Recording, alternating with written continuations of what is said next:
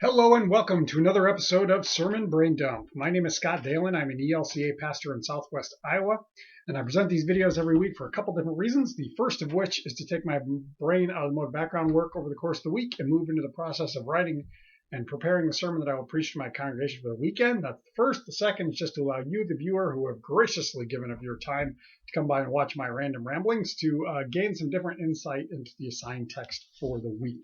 So that is why I do these. This particular Sunday, which is June 23rd, 2019, the second Sunday after Pentecost, we are moving now into a very long season here in the church year, one of the longest. And though the length of it is a little bit dependent on where Easter ultimately ends up falling, so the season of Pentecost can get kind of long. We had the day of Pentecost 2 Sundays ago, which kicks off this season, and which I did a video for that one. I was off last week because I was gone for a youth trip, but I'm back at it now. And we are going into this long stretch. We will actually be in the season of Pentecost clear into until we get to the season of Advent, which always kicks off either the very last Sunday of November or the first Sunday of December, just kind of how the calendar falls. So we're into this long season of Pentecost now. And what we see through the cycle of the lectionary through this season is kind of the life cycle of the church. That's sort of what our assigned text will kind of begin to look at. So we see the ministry of Jesus kind of going on, which mirrors the ongoing ministry of the church over the years until ultimately towards the end of the season we get into some of the apocalyptic quote unquote end times texts. So that's kind of where we're at now. So we'll definitely be looking into some of the ministry aspects of Jesus now, and that's really where we're at. So our text for this coming Sunday, this Sunday that we'll be preaching on, comes out of Luke chapter 8, verses 26 through 39. Now, this is the story of Jesus encountering the demoniac at Gennesaret, known as Legion. And I'll get into that in just a second with the reading. But this is actually part of a larger narrative of Jesus both crossing the Sea of Galilee and operating in Jewish territory and then over into Gentile territory. I think this whole thing is answering a bigger question that's posed by the disciples as they're crossing the water. Now, that happens in the passage directly before where we're going to pick up today. If you're familiar with that story, this is when Jesus and the disciples are in the boat and a great big storm comes up and they're freaking out and Jesus is asleep. And they wake him up and they're like, "Don't you care that we're dying?" And he calms the wind and the waves. And they ask the question, "Who then is this that he commands even the winds and the water and they obey him?" And there's no answer to that question, but they pose it. They're like, "Who is this guy?" And then we get into this exorcism with Legion across the water. And then as they come back, then we see Jesus immediately being approached by a guy named Jairus, whose daughter is sick. As he goes to heal her, there's the woman who's been bleeding for 12 years who touches the hem of his cloak and is healed. And then they go and they find Jairus' daughter has actually died, and Jesus raises her from death. So we kind of see this progression of the authority that Jesus has over nature, and then over the supernatural, and then over disease, and then even over death. And that progression, I think, is important and something that I'm really kind of keen into. But okay, so now I'm going to go ahead and read through the passage, and then we'll talk a little bit more about that directly. So it starts off, and again, that question, who is this that obeys the wind and the water, that's just been posed prior to this. Then they arrived in the country of the Gerasenes, which is opposite Galilee. As he stepped out on land, a man of the city who had demons met him. For a long time he had worn no clothes, and he did not live in a house but in the tombs. When he saw Jesus, he fell down before him and shouted at the top of his voice, "What have you to do with me, Jesus, Son of the Most High God? I beg you, do not torment me." For Jesus had commanded the unclean spirit to come out of the man. Many times it had seized him. He was kept under guard and bound with chains and shackles, but he would break the bonds and be driven by the demon into the wilds. Then Jesus asked him, "What is your name?" He said, "Legion," for many demons had entered him. They begged him not to order them to go back into the abyss. Now there were on the hillside a large herd of swine was feeding, and the demons begged Jesus to let them enter these, so he gave them permission. Then the demons came out of the man and entered the swine, and the herd rushed down the steep bank into the lake and were drowned. When the swineherd saw what had happened, they ran off and told it in the city and in the country. Then people came out to see what had happened, and when they came to Jesus, they found the man from whom the demons had gone sitting at the feet of Jesus, clothed and in his right mind, and they were afraid. Those who had seen it told them how the one who had been possessed by demons had been healed. Then all the people of the surrounding country of the Gerasenes asked Jesus to leave them, for they were seized with great fear. So he got into the boat and returned. The man from whom the demons had gone begged that he might be with him, but Jesus sent him away, saying, "Return to your home and declare how much God has done for you." So he went away, proclaiming throughout the city how much Jesus had done for him. All right, so that's the passage. Now, what's happening here? So we've got this guy who it seems pretty much as soon as Jesus gets out of the boat, they encounter this guy. Now, has he gone up the mountainside that kind of surrounds Galilee, apparently, because we hear that they're close to a cliff or close to a mountain or whatever, where all this herd of swine or this herd of pigs is. Apparently, there must be either tombs, probably caves, that might be naturally occurring. They might be carved out of the rock that's on the mountainside. We don't exactly know, but he's apparently close to a graveyard, or what we would think is a graveyard, because that's where this demoniac lives. He's been driven out of the city, either by the people or by the demons themselves. There are a lot of them. It's interesting that they use the word legion. A legion in the Roman military was anywhere between like 5,000 to 6,000 troops. So that's a lot of demons that are apparently taken residence in this guy and have driven him just wild and crazy.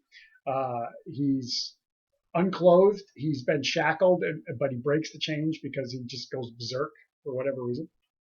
But then we have this whole situation. And what really catches my attention is the depths that Jesus continues to enter into in order to free this guy and to return him to a life of fulfillment, a life of in relationship with people. He's able to return to his home, even though the people are freaked out and afraid. He frees him from what hinders him, and that seems to be all these different things.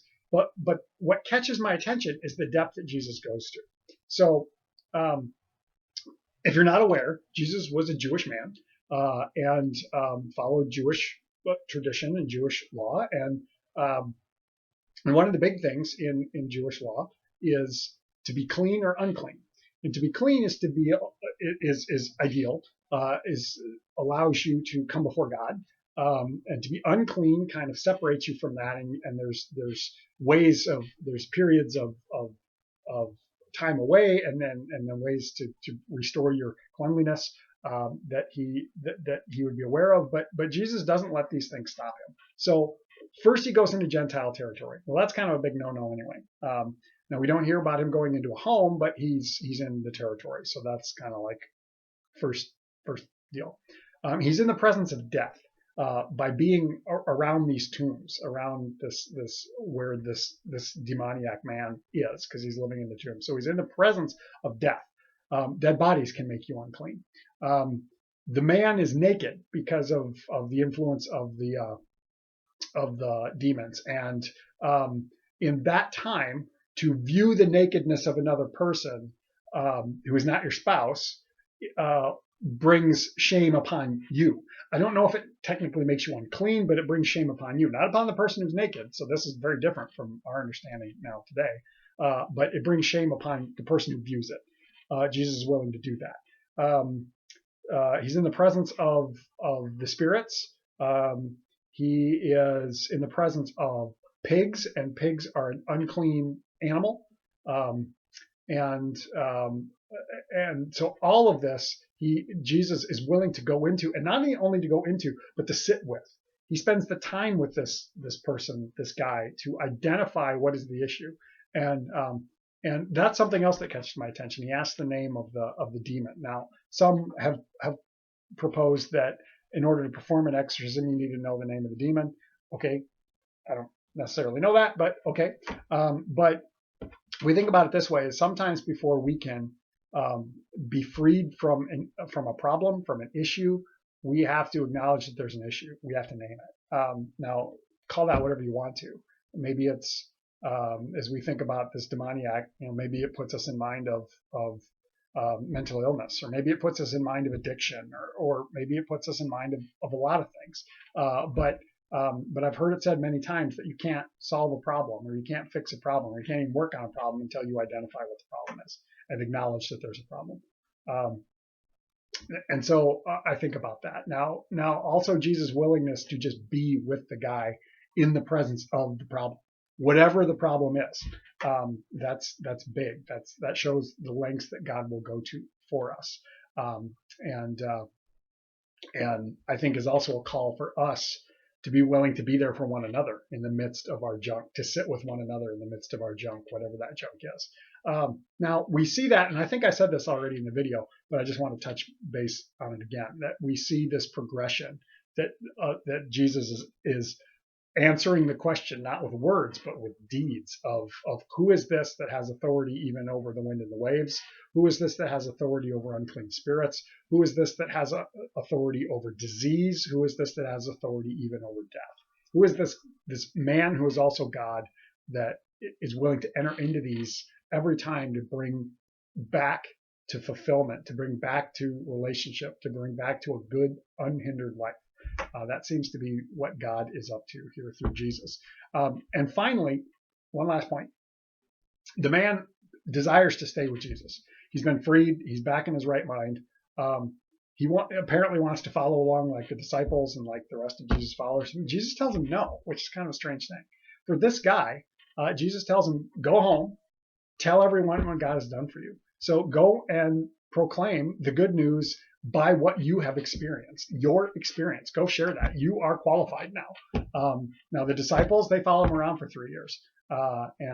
Interestingly enough, then in chapter 9, right after this whole larger passage, is when Jesus then empowers the disciples and sends them out.